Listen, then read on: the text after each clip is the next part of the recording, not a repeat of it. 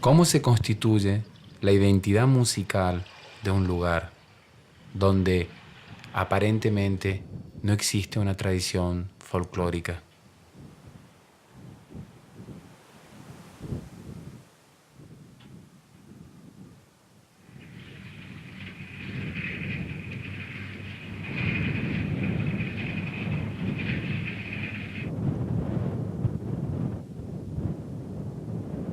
¿Cómo será el sonido de este lugar?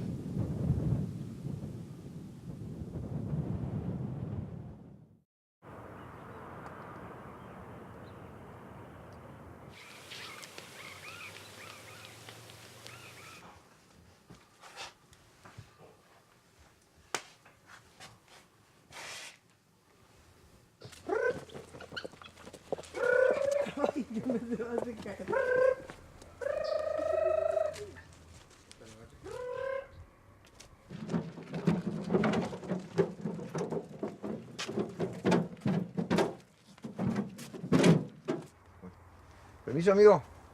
¿Se va a quedar ahí? Bueno.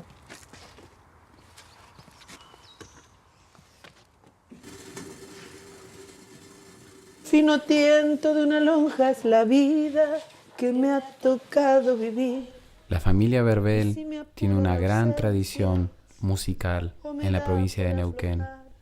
Durante todos estos años han difundido la obra del poeta y músico Marcelo Verbel. A mi viejo lo denominaron como el padre del canto patagónico. Y creo que es así. Será porque fue uno de los primeros que salió a hablar de la Patagonia. Y nosotros, nuestro tema de presentación es desde la Patagonia, que dice: traigo en mi canto el poco conocido cantar arisco del canto de mi tierra. De los aludes la fuerza incontenible y de los ríos el grito del torrente. De los volcanes altivos de mi tierra traigo en mi sangre la lava incandescente.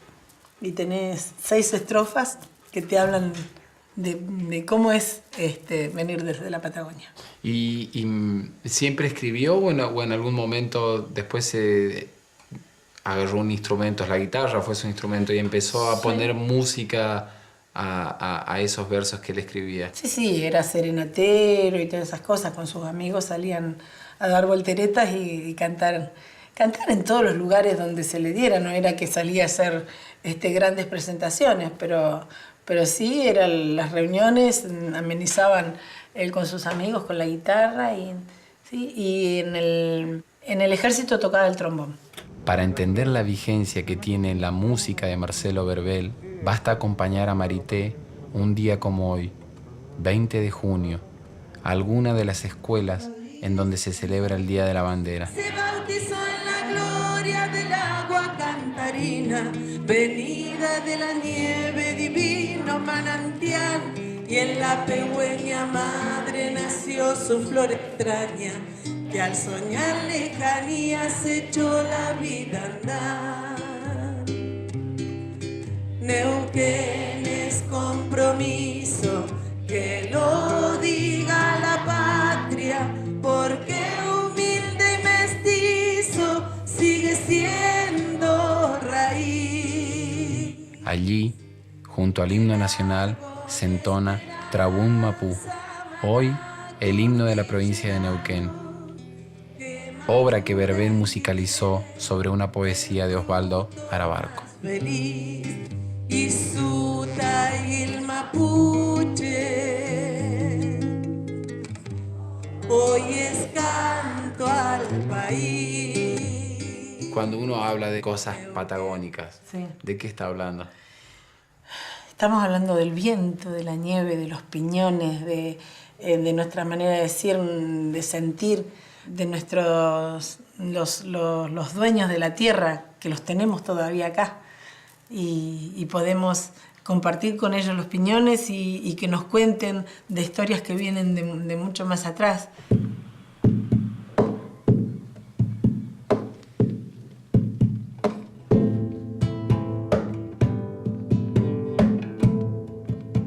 En la sonoridad de la música de Verbel es inevitable encontrar elementos de la cultura mapuche. Chaquito, adelante. Sí. ¿Cómo estás? ¿Cómo estás? Bienvenido. El Titi Flores, músico, neuquino, un hombre que ha compartido muchas cosas con Marcelo Verbel. Cuando uno habla de la música patagónica, ¿de qué elementos se está hablando como para acercarse a la idea de la música patagónica? Esto es tradición del aborigen esto. Cuando es la música patagónica, que se entiende como música patagónica, que no hay, es una rítmica nomás que hay, una sola. Tenés un purrún, que son los camarucos, el longomeo, que es lo originario y no hay más.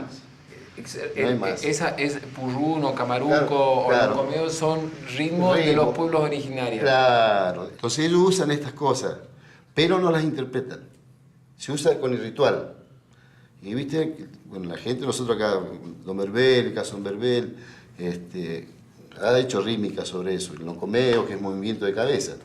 ¿Viste? Han tomado esos ritmos y los han pasado a la guitarra. Claro. ¿Y cómo sonaría, por ejemplo? Un longomeo es esto. ¿Cuál es el ritmo primero antes de Ahí, pasarlo a la mirá. guitarra?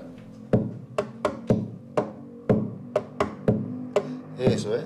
Eso sería la rítmica Claro. o un longomeo. Eso es el primer longomeo. Los camarucos, ¿viste? Y después el otro. Eso sería un camaruco. Un purrún. Claro. Que bailan los camaruqueros, los bailarines. Sí. Son 5 purrifes se llaman, ¿viste? Ajá. Se ponen cascabel en la pierna, ¿viste? Y bailan alrededor de un regué que se llama es altar. ¿Y se puede decir que hay un sonido, hay como un folclore en la región? ¿Es algo que se está formando? Acá llega como todo, ¿viste? Llega la zambra, la chacarera, lo que está de moda, ¿sí? Lo que está de Y además moda. porque hay muchos provincianos viviendo Sí, aquí sí. en la Patagonia, Ahora que bien. han venido de Sí, otros sí. lados y han traído sus músicas. Sí. Entonces, está eso y el chico, bueno, por ahí quiere aprender eso. Pero uno le inculca estas cositas. Y hay pibe que, gracias a Dios, ¿viste? Les gusta esto.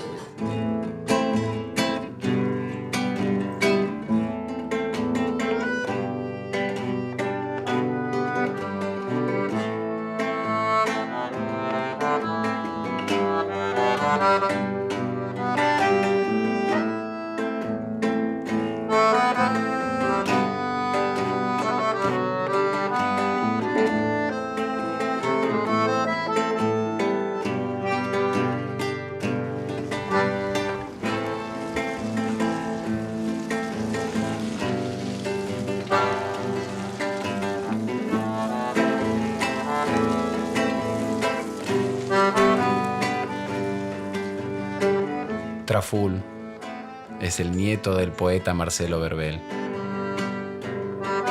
Hasta hace un tiempo atrás no estaba en sus planes ser músico. Pero parece que la sangre puede más. Bien. Un poco más.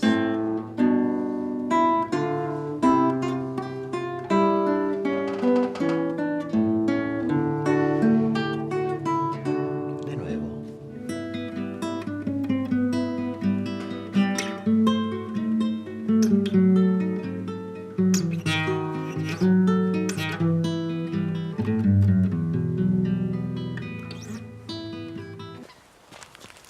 ¿Qué quiere decir tu nombre? Bravío, o sea, feroz, indómito. Lo sacaron por el río Traful, que Ajá. se está acá en la provincia. Viene del mapuche. De fuerza.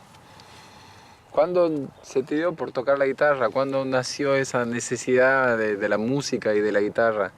Y cuando tenía 14 años, yo iba a la casa de mi abuelo y veía que él tocaba. Y un día le saqué la guitarra de él, la traje para acá y empecé a tocar. ¿Y cómo era eso de visitar a tu abuelo y escucharlo? Me acuerdo que escribía y estaba todo el tiempo silbando. O sea, mientras escribía, silbaba. O sea, imaginándose la música que le iba a poner.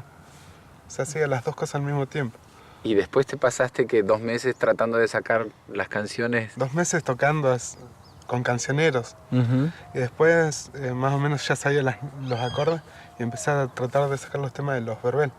O sea, para empezar a acompañar a mi madre. ¿Y ese proceso cómo fue? ¿Lo hiciste acá en la casa? Sí, estuve como 3 días todo el tiempo escuchando música de ellos y sacando temas. ¿Pensabas que ibas a ser músico o se dio de golpe? No, se dio todo muy de golpe. O sea, yo hasta los 14 años ni se me dio por tocar la guitarra. Y un día empecé así a tocar y después a los 2 meses ya estaba tocando con mi mamá en un escenario. O sea, se dio todo muy de golpe. No sé aquí, mira. Ah, no, ahí. La Pasto Verde. ¡Guau! ¿La puedes acompañar o no?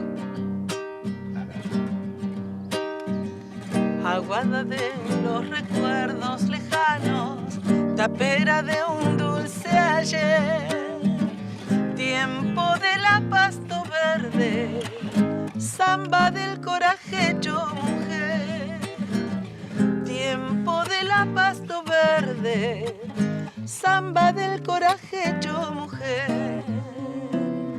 Brava gaucha en los fortines sureños, bella flor del Jarillar. 1000 soldados te quisieron, pero la tierra te quiso más. 1000 soldados te quisieron, pero la tierra te quiso más. Sobre la reja entre las piedras donde duerme tu voz, mi guitarra lloró.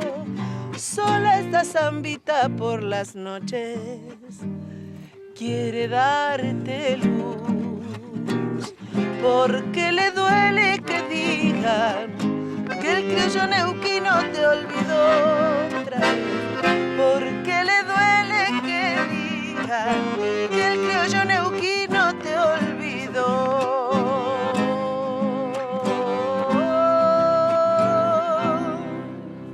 ¿Cómo nos ponemos de acuerdo?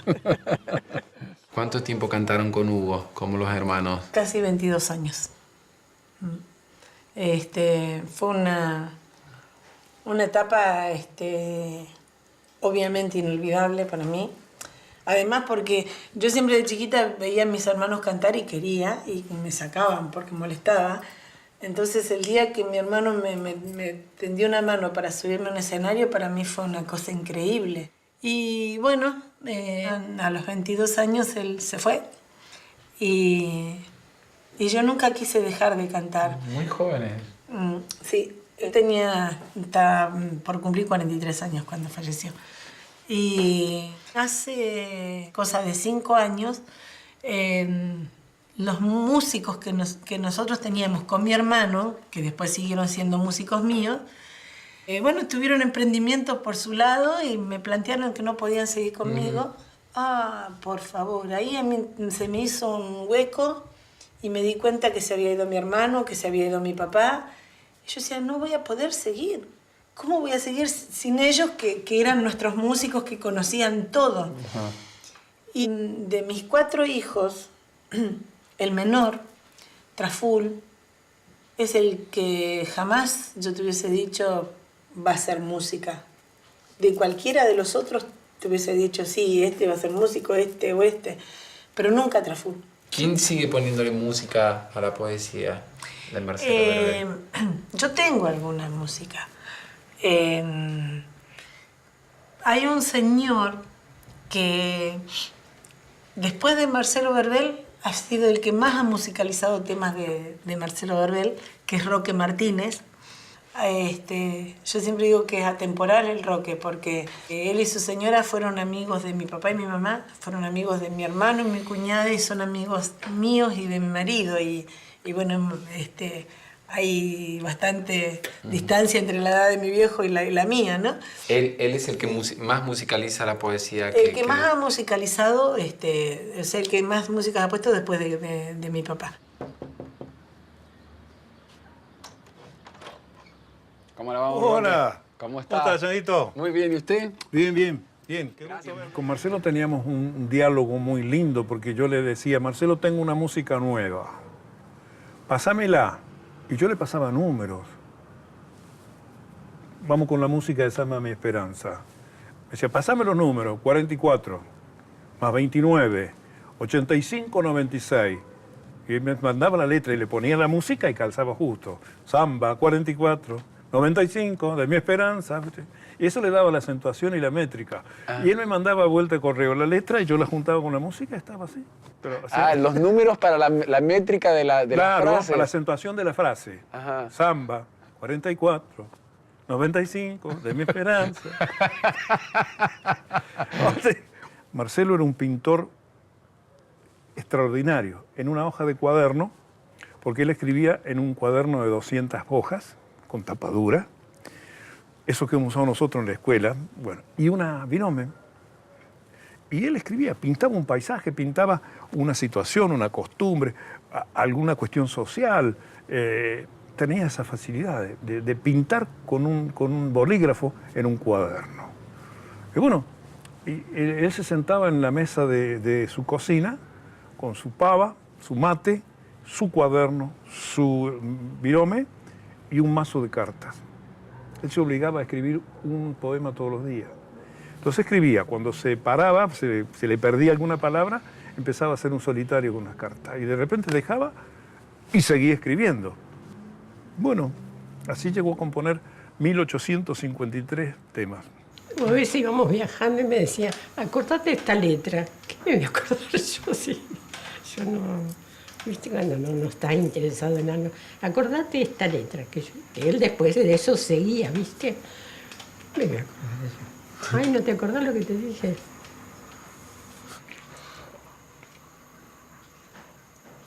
¿Cómo fue que hizo la pastora del Tata? ¿Cómo fue que hizo la pastora del Tata? Viniendo de Plaza Huíncul, a Neuquén veníamos. Y teníamos esos vehículos tan rápidos que podía ser tema. Él tenía los padres en Plaza Huíncul. Ajá. ¿Y en dónde lo hizo el tema? ¿Que haya en Plaza Huíncul lo hizo? Andando así igual. Él paraba, cuando pensaba algo paraba, escribía, después seguía. Así era nuestro viaje. Al final siempre discutíamos, porque mirá eso, pero mirá qué lindo, y paraba para mirar, qué sé yo, un monte. Y yo, pero mirá, no le veo. No le veo nada. Él quería que yo me inspirara también, qué sé yo.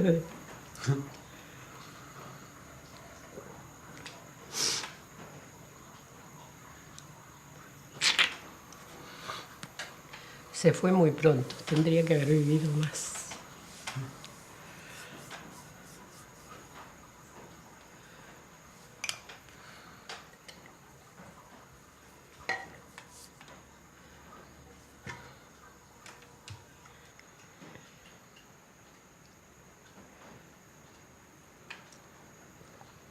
Sí, habremos andado kilómetros con ella.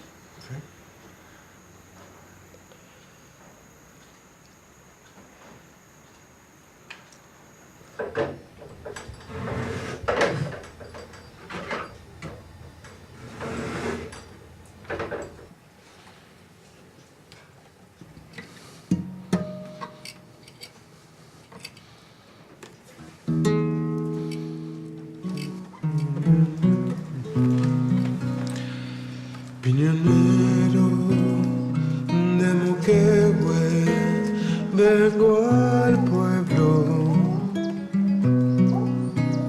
Cuántas leguas para llegar a Luminé.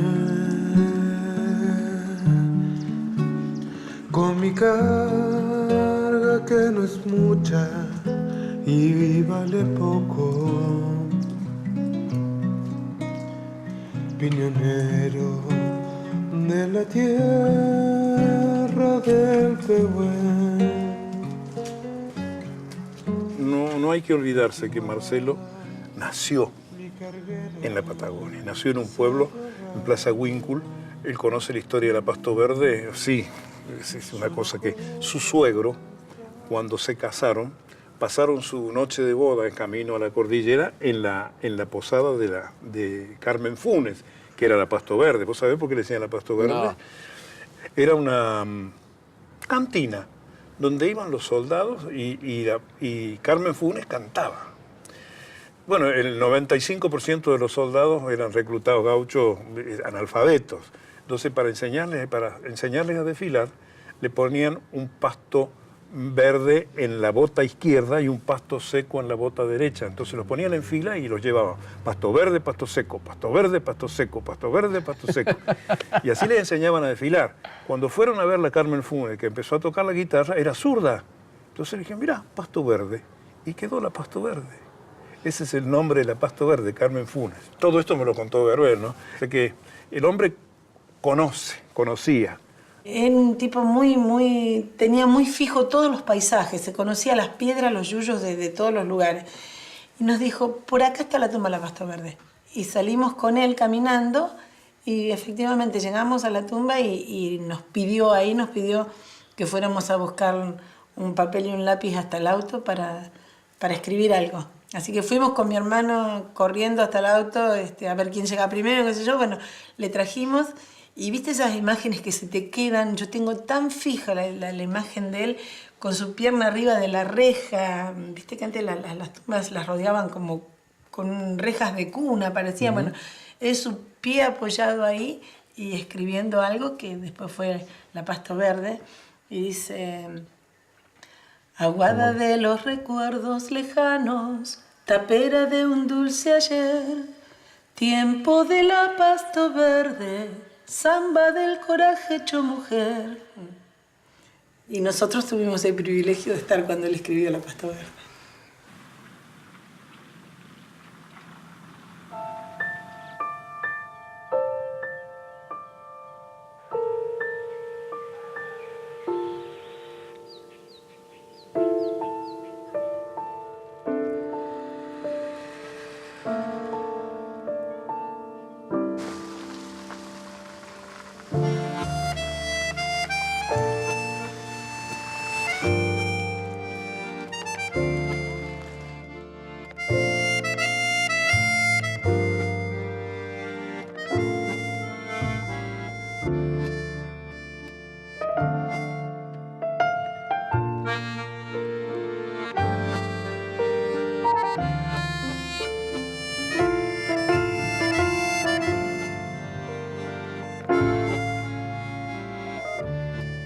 Hoy en día hay muchos músicos y poetas que hablan del lugar, pero no puedo dejar de pensar en este pionero, quien decía, yo hablo con un lenguaje sencillo, la gente tiene hambre de otras cosas, y esas cosas están en el sur.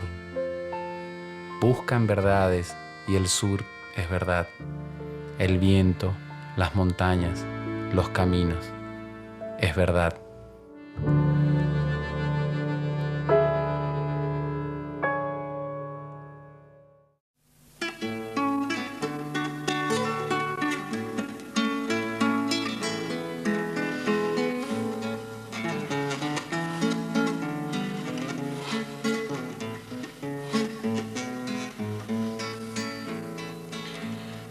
Esta mañana hice fuego en el horno de mi rancho, que allá en el fondo del patio parece un nido de hornero.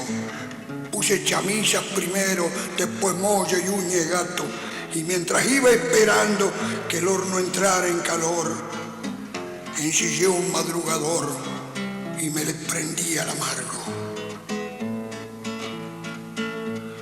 Ahora el horno está dormido, pichecito, lomo hinchado, bendito barro tostado, doradito, dulce y tibio.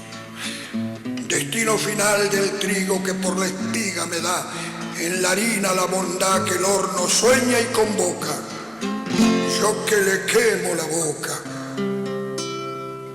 y él después besa mi pan.